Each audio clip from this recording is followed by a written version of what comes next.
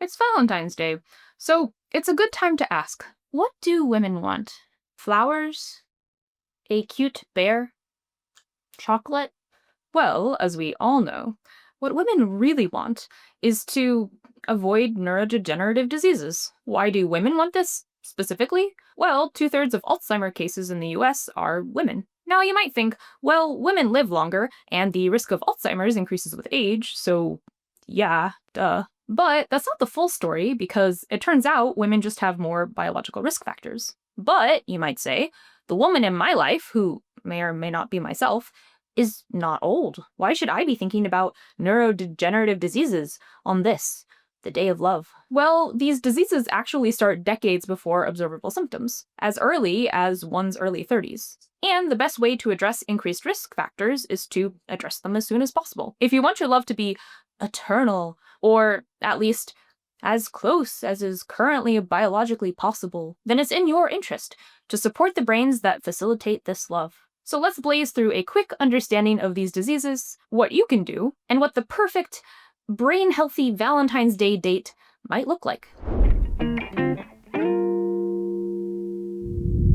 Brains decline as we age, and that's normal. The fatty coating that insulates brain cells begins to deteriorate. And this slows down how quickly we can think, the amount of information we can absorb, and what we learn and remember. And that's too bad. But the good news is that this normal loss is basically linear. Neurodegenerative diseases, on the other hand, accelerate the loss of brain size and function. They have other symptoms like loss of short-term memory, changes in personality, eventually delusions and paranoia in the case of Alzheimer's, or tremors, stiffness, and loss of motor function in the case of Parkinson's. You have the potential to live a long, healthy life with normal cognitive decline, but these diseases will cut that potential short. The unfortunate part is that the early symptoms of these diseases actually look pretty similar to regular aging. But that means by the time that, for example, Parkinson's is normally diagnosed, 60 to 80% of the dopamine cells that get attacked are already gone. We can't currently bring back brain function, we can only prevent further loss. So it's important to start now because, regardless of your biological gender, Alzheimer's kills more people than prostate and breast cancer combined. So what can we do to prevent it? Both Alzheimer's and Parkinson's involve the buildup of toxic proteins in the brain, but a lot of factors affect this buildup. The way that risks interact is complex, and there are some that you can affect and some you can't. For example, there is a gene that increases the risk of Alzheimer's called APOE4. It's a cholesterol gene, and cholesterol is really important for brain function. People with this gene have an impaired ability to move cholesterol between cells, which leads to buildup and eventually cell death. Chris Hemsworth actually has 2 copies. Obviously, having this gene is not something that you can control, but if you know you have this gene, you can pay attention to your cholesterol a lot sooner, and lean towards healthy fats earlier in life to lessen its impact. What's interesting is that since these risks are multifactorial, coming from a variety of factors, the Lancet Commission in 2024 showed that 45% of dementia cases, dementia being the umbrella of both Alzheimer's and Parkinson's, could be prevented by addressing 14 modifiable risk factors. In early life, education, midlife, hearing loss, high LDL cholesterol, depression, traumatic brain injury, physical inactivity, diabetes, smoking, hypertension, obesity, excessive alcohol, and late in life, social isolation, air pollution, and vision loss. Let's put a pin in education, because when I first saw it, I was like, huh?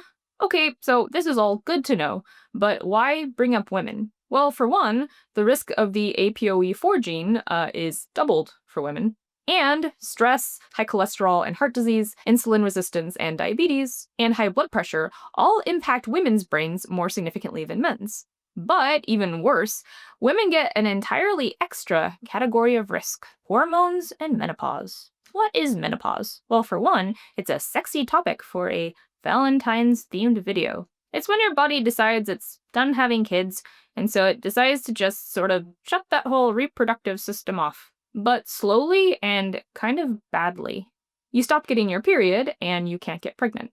Now, you might think of menopause affecting women in their late 40s and early 50s, but the transition actually starts 7+ years earlier, in a state called perimenopause. Perimenopause can start as early as your early 30s, and basically causes a steep decline in the production of female sex hormones, particularly estrogen. This has a pretty major impact on the brain. It affects how it utilizes energy and its resilience to neurodegeneration, or neuroplasticity. Put a pin in neuroplasticity too. Estrogen is actually neuroprotective.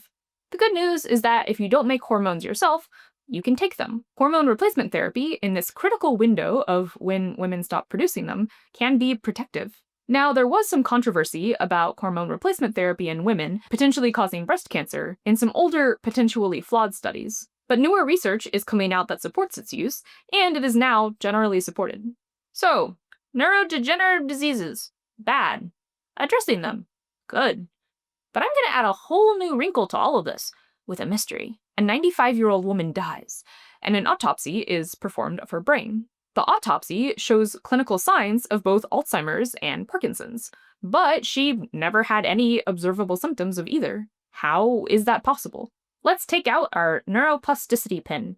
Neuroplasticity is what allows our brains to function around and sort of bypass some of these physical issues. Our brains are very adaptable, but they are also very use it or lose it. We have both cognitive and motor reserves.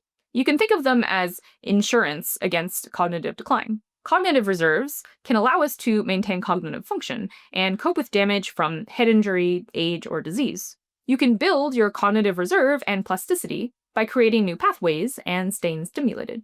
You can maintain social connections, do activities with cognitive engagement, like reading, playing musical instruments, and learning foreign languages. Also, protecting your vision and hearing are important to keep varied signals coming in for your brain to process and to increase your engagement with the world. And now is when we pull out our pin for education as a risk. A low level of education seems like a pretty weird risk compared to, like, traumatic brain injuries and excessive alcohol use. But what it really comes down to is what you spend your time doing all day at your job.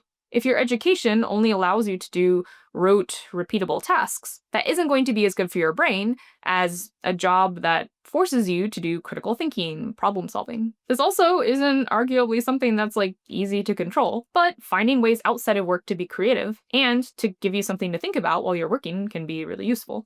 So there's a cognitive reserve, but there's also the motor reserve. And it's sort of similar in the sense that it's use it or lose it. So, for example, if you don't practice moving each of your toes, you'll actually kind of lose that ability. And that might sound kind of stupid, except that when you get older, not being able to move your toes properly can actually increase your risk of falling. Now, obviously, exercise is good, but it's easy to kind of fall into a rut and just do the same run or the same exercises in the gym every day. But it's actually important to change the way you use your body. Your brain needs novelty to force it to adapt and grow. And different activities have different benefits. Now, your Valentine's date is approaching, but here are 3 more quick things to keep your brain healthy. Nutrition. Eat healthy fats.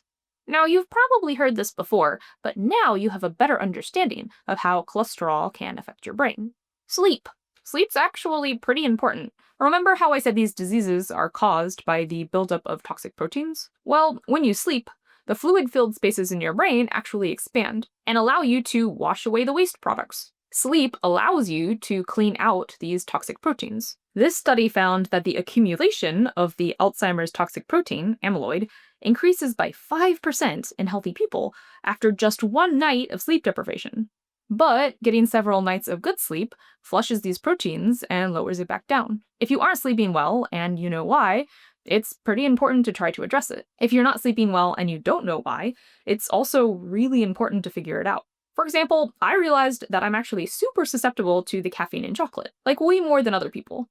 If I have a piece of chocolate after around 5 p.m., it actually will affect my ability to fall asleep. And that's true for me, but something else might be true for you, so it's worth figuring out. And finally, stress. Have you considered just not being stressed? Haha, cool. But one thing I didn't realize is that the brain treats external triggers for stress and internal triggers for stress the same way. So if you are struggling with anxiety and you don't have a clear external trigger, it's still really important to try to get help to manage it. Great. So now it's time for the ideal brain health supporting Valentine's Day date. What women want. Start the date by giving the woman a nice card with a list of nearby endocrinologists or certified menopause practitioners, along with instructions of how to join their waitlists and filtered by ones that actually take her insurance. A true act of service. And it's never too soon. Because even if the woman in your life is like 26, I guarantee she won't get off the waitlist until she's like 36. Assuming she's into that kind of thing, of course. Then go out for Mediterranean food to pack in some omega-3s and hummus. While you're eating dinner, only speak in the new conlang you created to improve your cognitive reserve. Go to a concert, but be sure to bring earplugs to protect your hearing. Do lots of weird and unpredictable dance moves to improve your motor reserve. Finally, leave the concert at a reasonable hour so you still have time for activities and can both go to bed early and get a good, restful night of sleep. At least, that's what I would want. Except, well, actually, I would swap Mediterranean food with sushi. Maybe considering women as a collective here is not useful.